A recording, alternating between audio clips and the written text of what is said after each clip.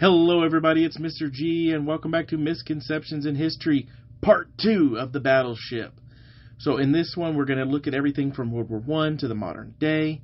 I do want to apologize, as I'm not going to go into detailed history about a lot of the classes, time constraints and all that. I do want to let everyone know at a future date I will be going over the Iowas, the Bismarcks, the King George V, things like that, the Yamatos, individually, and we'll be addressing the history of those individually. Also, we're going to be talking about aircraft carriers in the future, so don't worry about that. So let's go ahead and get started.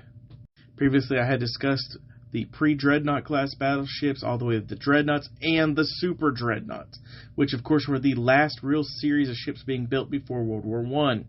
Now, by the time we get into World War I, pretty much every major navy is going to have at least pre-dreadnought classes and dreadnoughts, and a few are going to have the super dreadnoughts. And the two most powerful navies at the time are going to be the German High Seas Fleet, which was, interestingly enough, created by Admiral Tirpitz, not to compete directly with the British, but as a means of negotiation with the British. They knew they couldn't go head-to-head with the British, but that they could at least present something that would force the British to negotiate with them.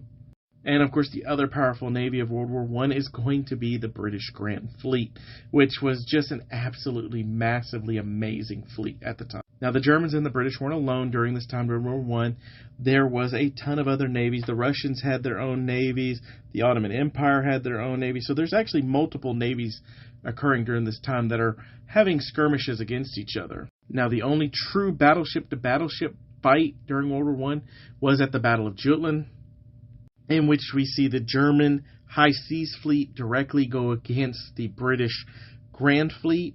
And sadly, this one battle is pretty much the only time historically we have in which we have direct battleship-to-battleship engagement.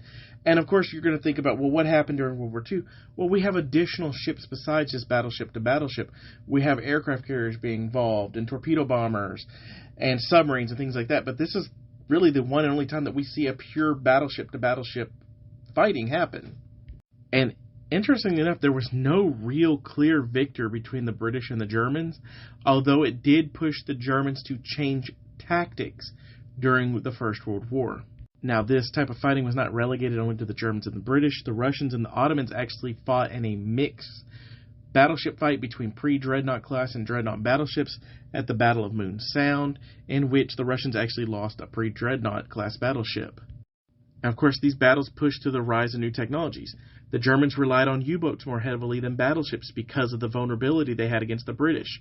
The British and others began to deploy the torpedo boat as a means to counteract the battleship, as they were quick and nimble and the torpedoes were extremely effective against the battleship.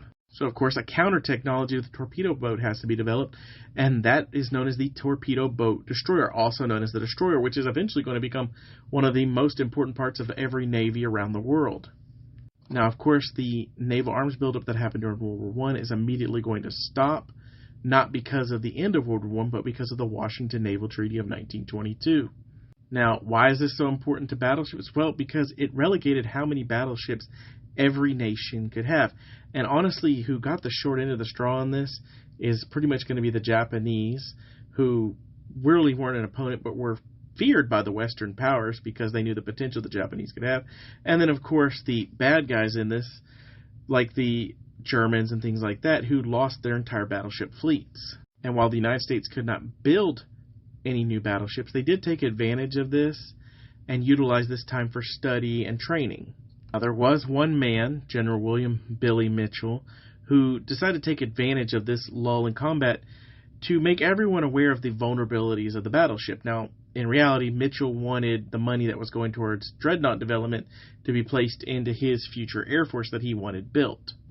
Mitchell's Project B basically was a series of exercises that were designed to show the vulnerability of battleships. The Navy didn't believe that it was actually that bad, and he proved them wrong. And as such, when we see in the 1920s when the United States begins refitting their ships, one of the big changes is the addition of a lot more anti-aircraft guns. Additionally, the United States took advantage of the Washington Naval Treaty to begin upgrading their fleets.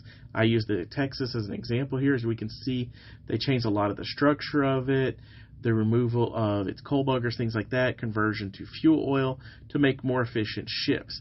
And this allowed them to basically build a new navy without building a new navy. Now, by the time we get into the 1930s and the ends of the Washington Naval Treaties, we start seeing every major nation that is going to play a part of World War II begin building battleships again. And we start seeing basically all these navies begin a gradual progression. They build a first generation in the early to mid-30s and begin building larger and larger battleships. And this is why we start to see, by the 1940s, the Bismarcks, the Yamatos, the Iowa classes emerge, as there's this gradual progression of these larger and larger and more powerful battleships. Of course, none of these massive battleships ever see each other head on. There's no real Iowa against Yamato or anything like that. And instead, most of these battleships are going to be relegated to bombardment roles. We see this with the Iwo Jima, Normandy. The Battle of Westerplatte was actually the first time we see this, in which the Germans are actually bombarding Poland at the start of World War II. And this should have been a sign of the major role that battleships were going to take during this war.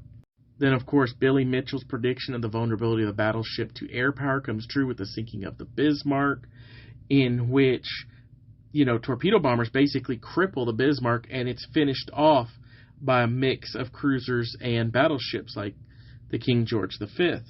Then follow that up with the December 7th attack at Pearl Harbor, in which the American battleship fleet is absolutely decimated, once again proving Billy Mitchell right that battleships were extremely vulnerable to air power. And then 3 days later, the sinking of the Prince of Wales and the repulse, again by the Japanese. Next, we have the final battleship battle of World War II, the Battle of Sarajevo Strait. And basically what we see is the American battleship fleet devastate a very crippled Japanese battleship fleet that was weakened by a torpedo attack. And then, of course, the sinking of the battleship Yamato, in which the Japanese sent their last and most powerful battleship on a suicide run, in which it was just absolutely destroyed, sadly proving the superiority of the aircraft over the battleship. Essentially, as the aircraft carrier and aircraft showed their superiority over the battleship, most nations began scrapping their battleship fleets.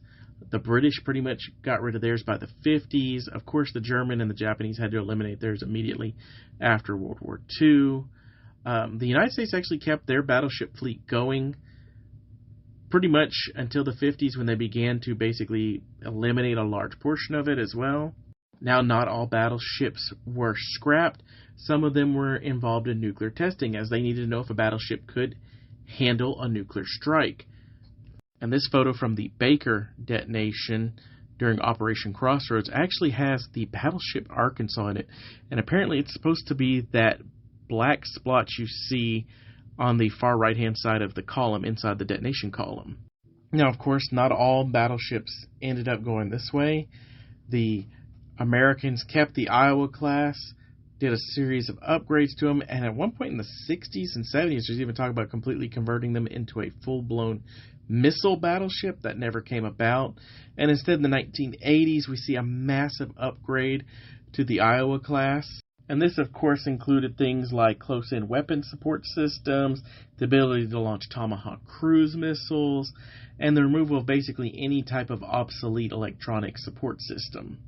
And this was actually done in response to the Soviets creating what's known as the Kirov class, which, while not a battleship, was the largest surface combat warship built that was not an aircraft carrier since World War II. So it was probably the closest the Soviets could come to building a battleship. Now, of course, the last battleships in service were all retired after the First Persian Gulf War, and they were basically put in mothballs until 2006, when it was officially decided that there was no need for battleships of this size and caliber to be still part of our fleet in any way, shape, or form. And they were officially retired and removed from the Naval Registry and relegated to museum service. And of course, all battleships today are museum pieces. That's where they are now. The odds are you're never going to see a battleship in service again, unless there's some sort of a massive upgrade in large caliber weapons that changes it. And so that's it for today. I thank you for joining me, and I do look forward to talking to you all the next time when we discuss aircraft carriers and the individual ships. And I will do one on the Iowa class in the future, I promise.